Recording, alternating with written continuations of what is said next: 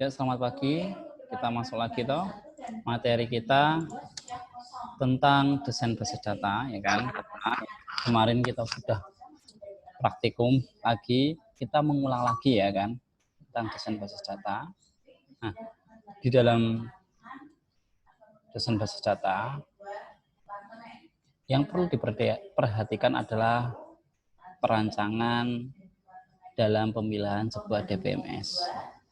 DBMS itu apa sih? DBMS itu adalah Database Management System, ya kan?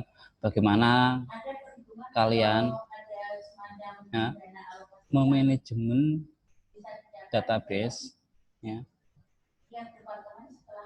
dengan beberapa tool yang kalian gunakan untuk menampilkan, menghapus, mengedit, ya, serta mengatur rancangan strukturnya secara konseptual maupun secara logikal dan fisikal.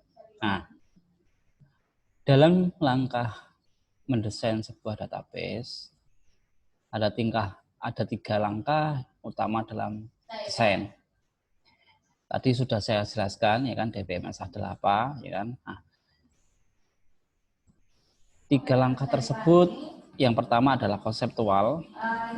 Ini saya mengulang lagi yang kemarin. Lalu logical database design, dan yang ketiga adalah fisikal. Ingat-ingat.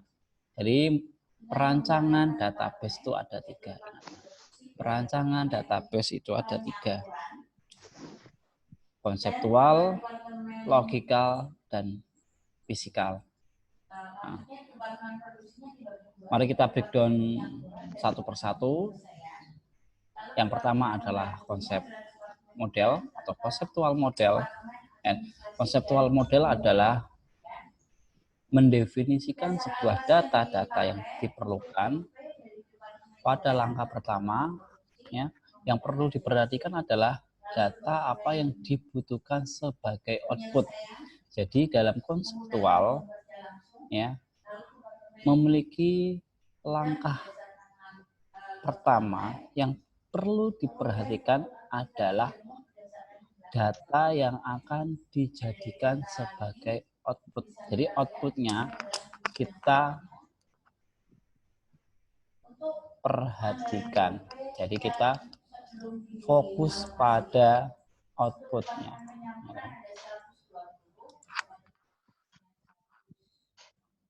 Nah, baik yang nantinya akan ditampilkan secara screen layar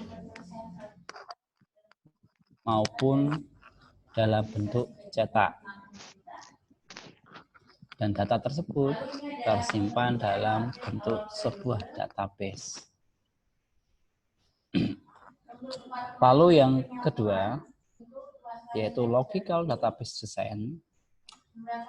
Jadi, apa sih itu logical database design? Logikal berarti kan menggunakan pemikiran. Logik berarti apa? Yang nyata. Jadi konsep yang kedua ini atau desain basis data yang kedua ini menggunakan logical. Jadi kenyataan atau real. Nah, secara garis besar, logical database adalah menentukan data yang akan dikelompokkan dalam suatu file database. Jadi dibentuk per kelompok. Kalau konseptual tadi dia lebih ke bentuk screen layar atau sebuah outputnya yang nanti akan kalian tampilkan. Bentuknya mau seperti apa sih? Itu konseptual. Nah, mau pakai layar atau mau pakai printer atau mau pakai apa sih digital lain. Nah, lalu yang kedua itu logikal. Nah, kan logikal itu logis, dari kata logis. Logis berarti sesuai dengan kenyataan. Jadi kalian harus menentukan data yang akan dikelompokkan dalam suatu file database. Jadi ditentukan data itu sesuai kenyataan, lalu nanti dikelompokkan dan disimpan di dalam database.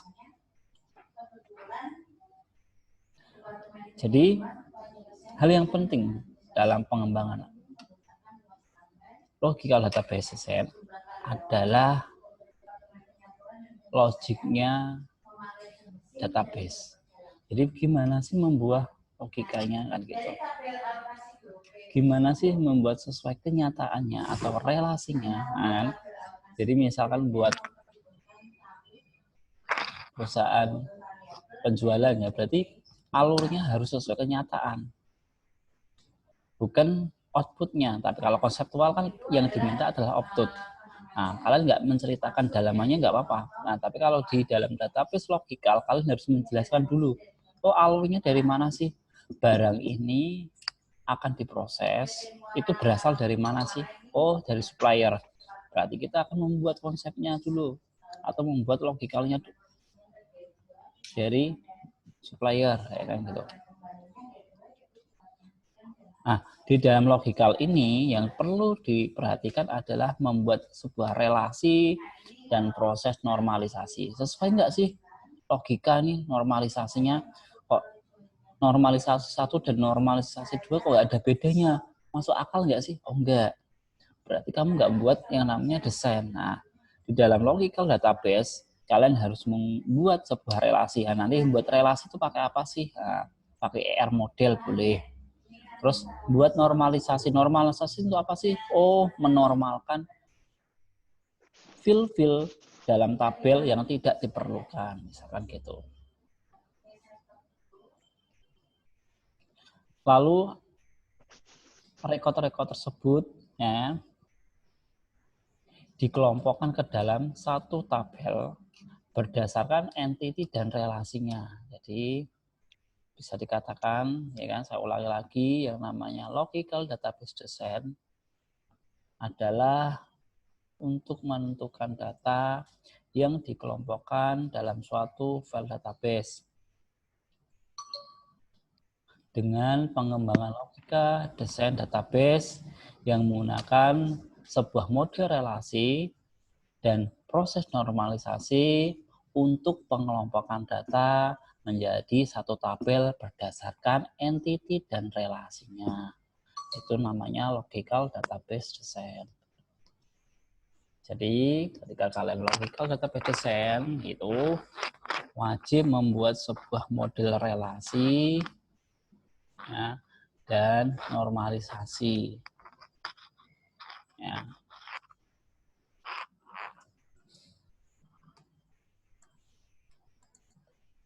Lalu yang ketiga dari desain dan basis data yaitu physical database design.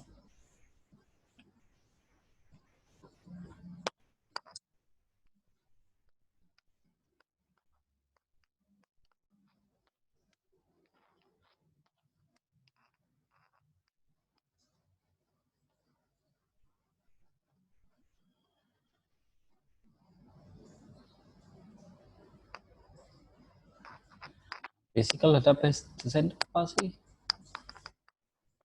Sebuah pertimbangan untuk mengetahui kemampuan sistem yang akan dipakai jika diperlukan pembahasan yang sesuai dengan sebuah informasi sistem. Nah, pada tahap physical database, intinya dia digunakan untuk mempertimbangkan penyiapan dan penghapusan jika terjadi, ya, maka tabel-tabel yang dinormalisasikan harus digabungkan kembali yang disebut penormalisasinya. Itu disebut dengan physical database.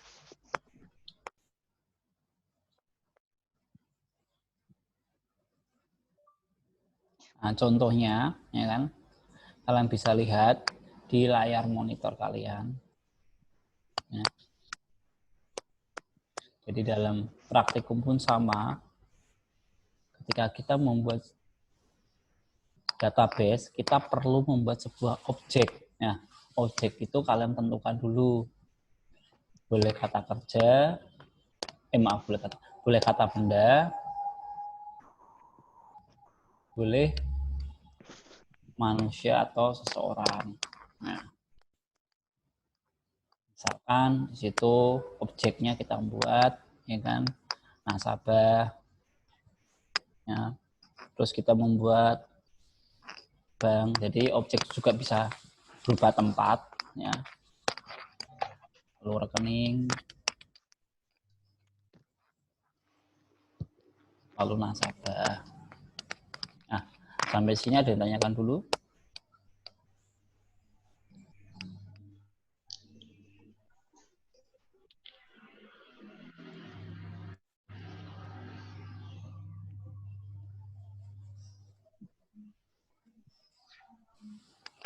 Ada yang tanyakan nggak? Silakan. Jangan malu-malu.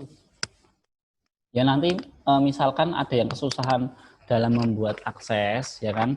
Tadi Mbak Seri udah WA saya, ya kan? Tak suruh ke kampus. Misalkan kalau ada yang mencoba kesusahan, nah, datang ke kampus saja nggak apa-apa, nanti tak bantu. Tapi jangan datangnya jangan rombongan, jangan orang 5 datang ke kampus semua, satu-satu aja.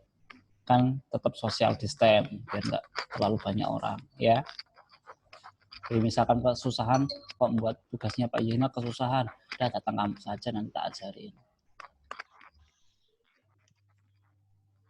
Kalau mau tanya-tanya lewat WA ya enggak apa-apa, tapi kalau ingin lebih jelas datang langsung enggak apa-apa. Tapi ya itu perlu digarisbawahi, kalau bisa sendiri aja, jangan ajak teman, nanti ada orang 3, orang 4 enggak boleh. Kan social distance. Nah, silakan kalau mau ditanyakan dulu untuk materi kita pada pagi ini. Silakan. Ada enggak? Masih saya ada enggak?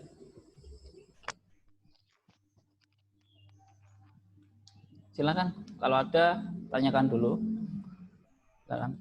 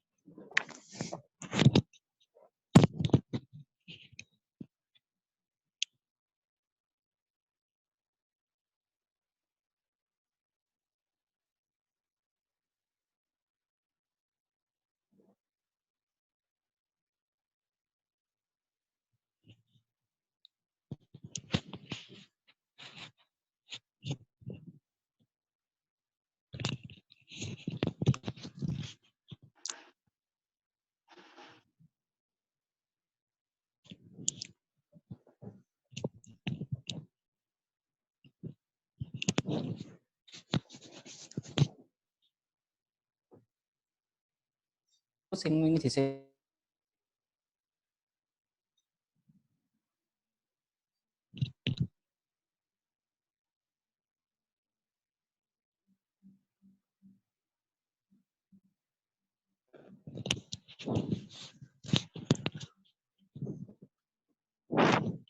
Pak, Halo, ya. Gimana Mas? Ya saya. mau tanya yang job 5 atau gimana, Pak? Yang job 5. Job 5 Ya. itu Yang nomor 3.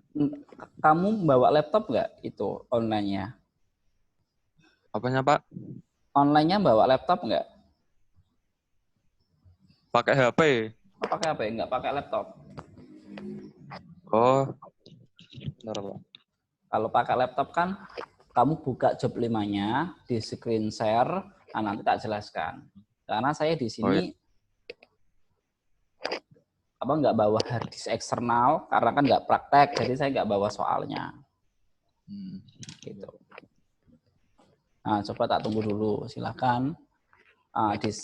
Dipindah di laptop, terus di share screen. Nah, habis ini kita bahas yang belum paham di mana. Silakan.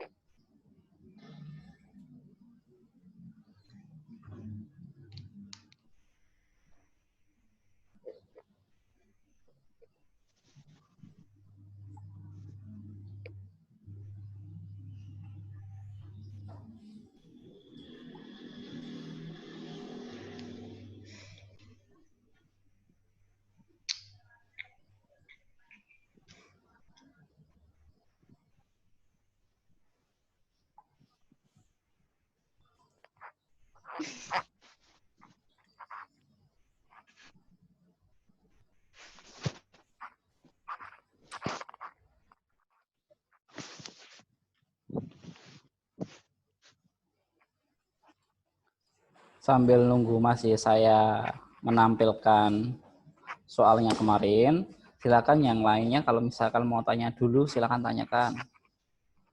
Gak usah malu-malu, ya kan?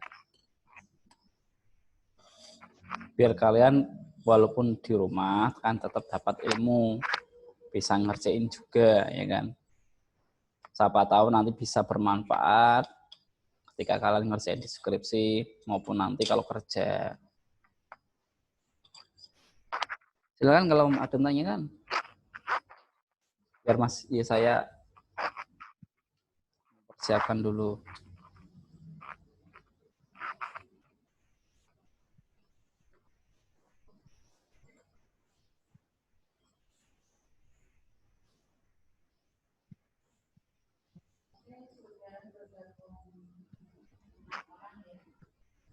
Mbak Dinda hadir ya.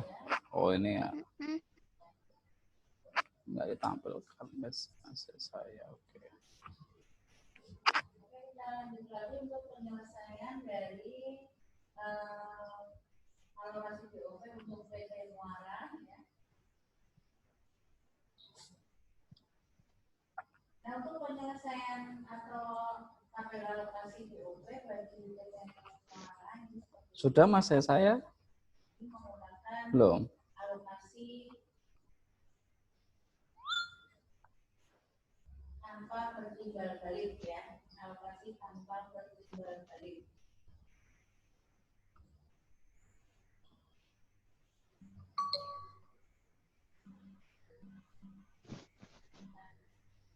Ini adalah anggaran BOP ya, anggaran BOP sebelum dialokasikan untuk departemen penyaluran ada 120 juta, lalu departemen penyelesaian ada 100 juta, dan departemen ujian ada 75 juta, serta departemen administrasi dan umum ada 60 juta.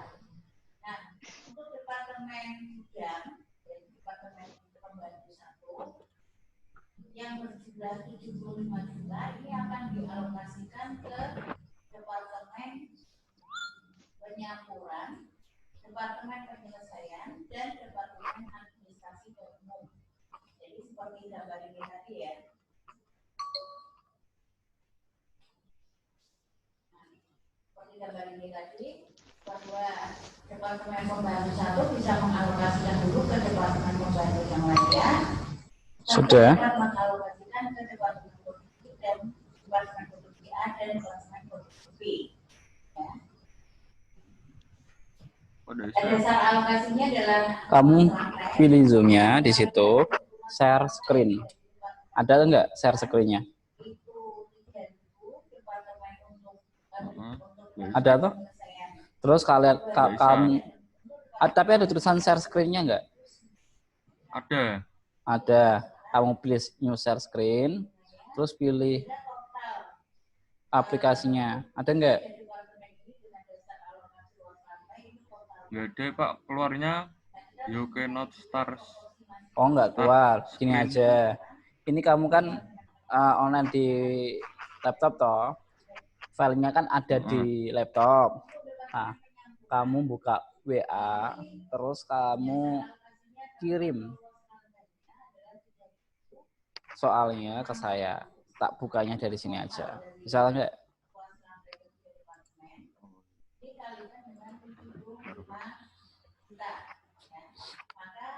Alokasinya menjadi 37.500. Lalu departemen penyelesaian dasar alokasinya 206 dikalikan 75 juta juga. Ini 75 juta satu lagi 75 juta 75 juta, maka hasilnya 25 juta. Lalu untuk departemen administrasi dan umum 1.000 per 6.000 kali 75 juta juga ya, 75 juta. Hasilnya 1.000 Dari 75 juta ini dialokasikan untuk departemen jasa, itu departemen administrasi dan umum, yaitu departemen jasa yang masih sama-sama departemen Sehingga jasa, besarnya 12.500.000. Lalu untuk departemen produksi udah dikirim ke saya, masih saya. dan departemen produksi 25 juta, sehingga untuk alokasi departemen administrasi Sudah di-share ke saya belum? atau di sini alokasi departemen umum dan administrasi dan umum ini kan 60 juta, ya itu sudah Halo? dialokasikan Oh, belum. ke Bentar, ya. Siap. 75 juta ini sudah dialokasikan, ya, sehingga di sini departemen gudang ini menjadi kosong, ya. Departemen gudang ini BOP-nya menjadi kosong. Kenapa kosong? Karena masih atau karena sudah dialokasikan ke departemen administrasi dan umum, lalu departemen penyaluran kosong. Pak. Udah. Ya. Saya buka ya. Yang ditanyakan masih saya itu subsidi 5 kan. Nah, misalkan nih. Yang nomor berapa masih saya? Per 3. Nah, ubah properties kolomno supplier dalam form supplier tab order baris tab stop no. Jadi misalkan nih saya buka akses ya, kita buka akses nih ya kan, Microsoft Access ya kan. Nah kalian carinya kan di Office kan, Microsoft Access ya, atau langsung kalian klik pada projectnya langsung yang sudah kalian buat boleh ya kan. Nah, misalkan kalian diminta untuk mengedit form kan, ya kan, benar nggak? Ya. Form ya. Nah, ntar kita open dulu. Habis ini tak screen juga, ntar.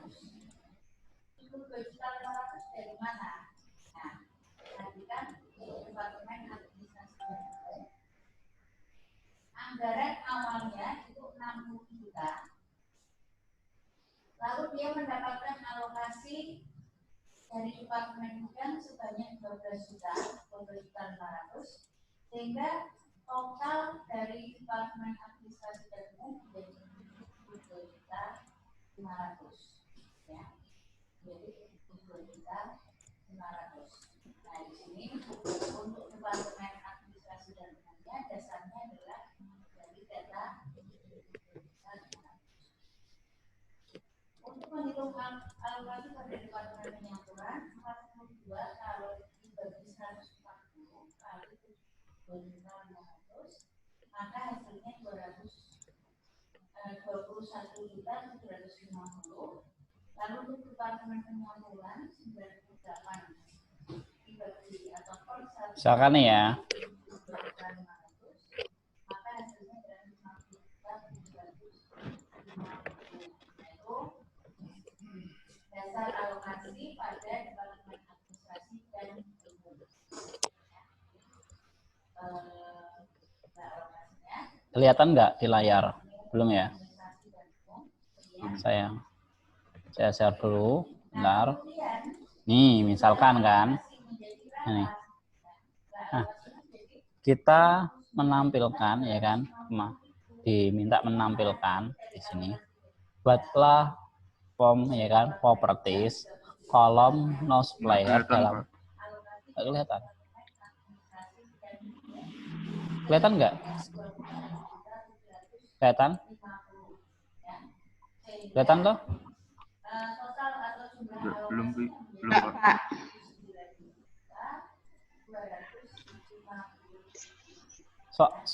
Soalnya kan kelihatan ya, soalnya ya. Soalnya kelihatan nggak? Kelihatan toh? Kelihatan Pak. Nah iya, itu nomor 3 kan, ubah properties kolom no supplier dalam form supplier. Nah kita masuk nih ke akses ya kan. Tadi aksesnya dibuat dulu, ya kan? Tampilin seperti ini kan. Masuk ke dalam apa? Form. Form itu apa? Tampilan tadi kan, atau project bukan? Nah ini, ya kan? Kan ini form apa sih? Form no supplier. Berarti kita masuk di form apa itu? Barang kan? Atau form supplier. Oh, dalam form supplier. Nah, kita cari nih, misalkan form supplier. Nah, ini kan misalkan nih ya. Karena saya belum buat form supplier, ya kan klik kanan, ya kan. Kan desain view nih, ya kan. Nah, ya kan.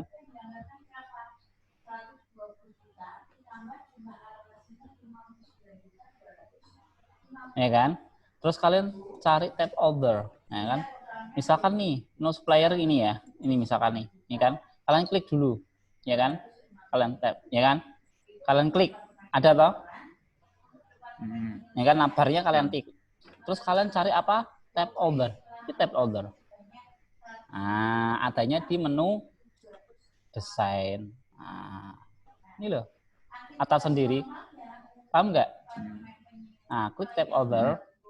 Terus kalian mau klik apa? Ya kan?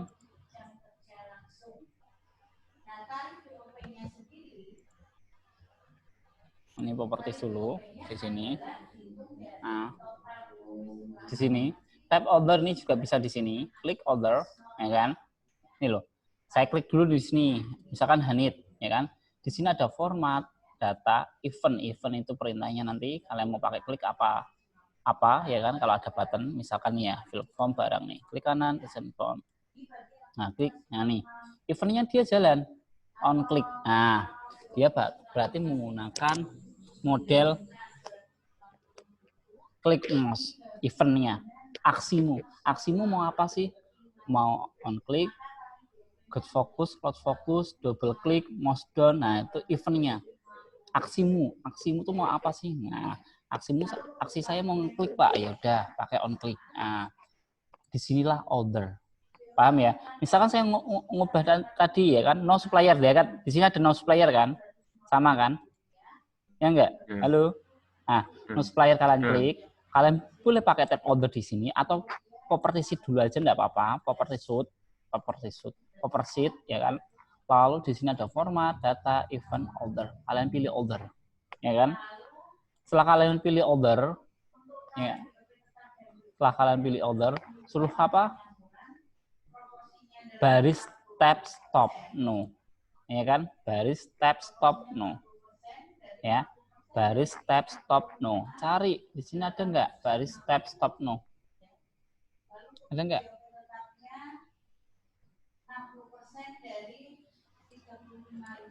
Ada?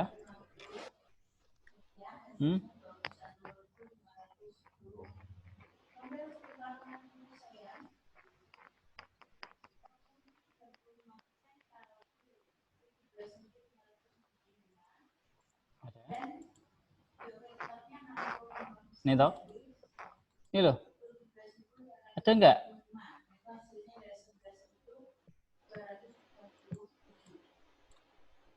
Nah, ada toh? Lihat enggak? Oh iya. Nah, ini loh. Kalian klik dulu no suppliernya di sini toh. Klik toh. Klik textbooknya karena apa? Tabs itu apa? Biar ketika kalian ngisi di sini nabar, ketika kalian tab itu nanti akan turun ke bawah, ya kan? Kalau kalian tabnya kalian no, dia akan berhenti, nggak mau pakai tab, ya kan gitu. Ini loh. Nah, misalkan nih ya tak jalankan dulu ya. Klik 2 kali, lihat. Nih tak klik di sini nih di namanya. Ketika saya tekan tab, dia akan pindah bawah. Tab pindah bawah, tab pindah bawah. Paham toh? Paham toh? Nah, kalau ini nanti stopnya saya matikan, lihat di nose player sini ya. Tak matikan nih, klik kanan, design view, ya kan? Klik di sini. Ingat, pilih tab order, ya kan? Tab order. Setelah tab ordernya kalian pilih, ya kan? Tab ordernya, ya kan? Pilih order di sini, atau kalian pilih ini property sheet tab order, ya kan? Terus di sini masih aktif di no supplier. Nih, tab stop. Tab stopnya mau yes atau no? Pilih no. Klik, paham? Paham? Nah, setelah no, kalian simpan nih, klik kanan, save, ya kan? Klik. Dah, lihat ketika saya tab, lihat. Bisa ke no supplier nggak? Tab, lihat. Kok langsung turun, Pak? Tab, iya, karena dia nggak pakai tab, gitu loh. Paham? Paham nggak? Lihat, ketika saya tekan tab, dia akan turun di navbar. Ketika navbar saya tab, ya kan? Dia nggak mau langsung menuju ke yang ada tabnya, yaitu apa? Kategori tab. Lihat, ya kan? Paham? Paham nggak? Jadi kalian harus tahu juga event-eventnya yang dipakai itu apa sih? Mau event button click, load focus, atau apa, kalian harus tahu juga. Nah, itu adanya di properties event. Nah, makanya pemrograman visual itu namanya event driven. Ada aksi, ada reaksi. Aksimu apa? Klik. Reaksinya apa? Keluarlah hasil. Makanya semua button ini, semua button di sini dia pakai event, ya kan? Ada eventnya. Kalau dia nggak ada eventnya, berarti nanti nggak ada reaksi. Misalnya gitu. Jadi ada hukum kayak di fisika, aksi dan reaksi. Kalau aksimu nggak ngeklik, programmu jalan nggak? Nggak. Misalkan kamu mau menjalankan aplikasi, kamu tidak melakukan event klik, apakah aplikasinya langsung terbuka? Nggak. Nah, itu event namanya. Nah, ini data pengaturannya. Mau ditampilkan nggak? Nah, ini ordernya. Nah, di sini order itu untuk cursor for over, langsung nanti ada tab, lalu indeks, dan lain-lain. Nah, tab indeks ini untuk mengurutkan. Ketika setelah di tab, nanti dia akan menuju kemana sih? Ini urut, lihat. Klik di sini, ya kan 0. Tab indeksnya. Klik di sini, nomor 1. Setelah berarti urutannya, setelah kobar, nanti dia akan nabar. Kalau saya tab lagi, menuju kemana? Kalau ini di no, walaupun di sini nomor 2, dia tidak akan dilalui. Langsung diloncati ke kategori, karena dia di urutan ketiga. Gitu. Jadi di menu-menu order sama event, nah itu dicoba-coba aja nggak apa-apa. Nanti misalkan ada kok hang, error, tanya aja sama saya. Pak, ini kok masih error ya? Lah, nanti tanya saya. Ya, Pak. Paham nggak? Sampai sini? Paham? Paham. Bisa kan? Nah. Nanti misalkan kalau belum paham, mau datang ke Stekom nggak apa-apa, tapi jangan berbondong-bondong ya. Satu aja. Nah, silahkan nanti, Pak, saya mau tanya ini, Pak, saya susah, nggak apa-apa, tanya aja. Tapi jangan berbondong-bondong, kan nggak boleh. Social distance, kan nggak boleh. Gimana? Gimana, Mbak Sherly? 2 orang nggak boleh, Pak. Gimana? Satu-satu. Kalau 2 orang nggak boleh. Ya kalau bisa 1 orang. Ya boleh 2 orang, tapi nanti masuknya satu-satu, jangan 2. Nanti ketularan semua, misalkan kalau ada yang sakit, ya kan.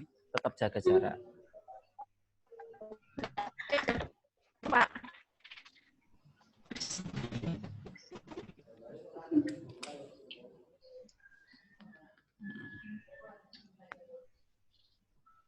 Gimana, ada yang nanya kan? Charlie, Pak, mau tanya Pak. Silakan, kalau mau tanyakan. Geser apa? Mbak Sherly, gimana Mbak Sherly? Gak apa-apa, tanya aja. Walaupun kita, ya kan, kuliahnya online, gak apa-apa kalian tanya-tanya. Ya kan? Saya sudah ngasih materi, sudah jelaskan, sudah ngasih praktek. Kalian tanya aja, gak apa-apa lewat ini, gak apa-apa, langsung diskusi. Nggak harus saya harus nerangkan terus, nanti kalian nggak tanya-tanya. Gimana? Yang kalau mau tanya yang lain dimatikan dulu biar gimana? Nggak masuk nih suaranya. Gimana?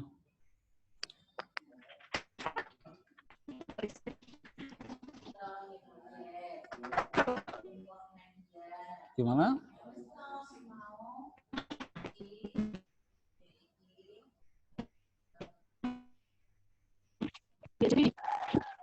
Gimana? Suaranya nggak jelas loh. Ini waktunya juga mau habis loh. Silakan kalau mau tanyakan. Atau mau tak sambung lagi? Biar waktunya ada. Nanti silakan mau tanya lagi. Halo.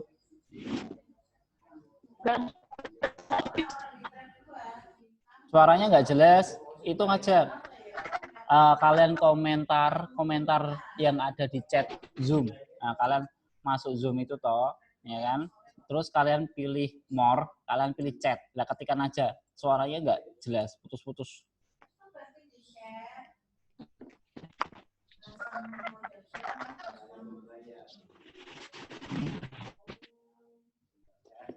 Kalian klik di Zoom chat itu loh. Ya, Yes. sudah tahu. Nah, karena suaranya putus-putus tadi.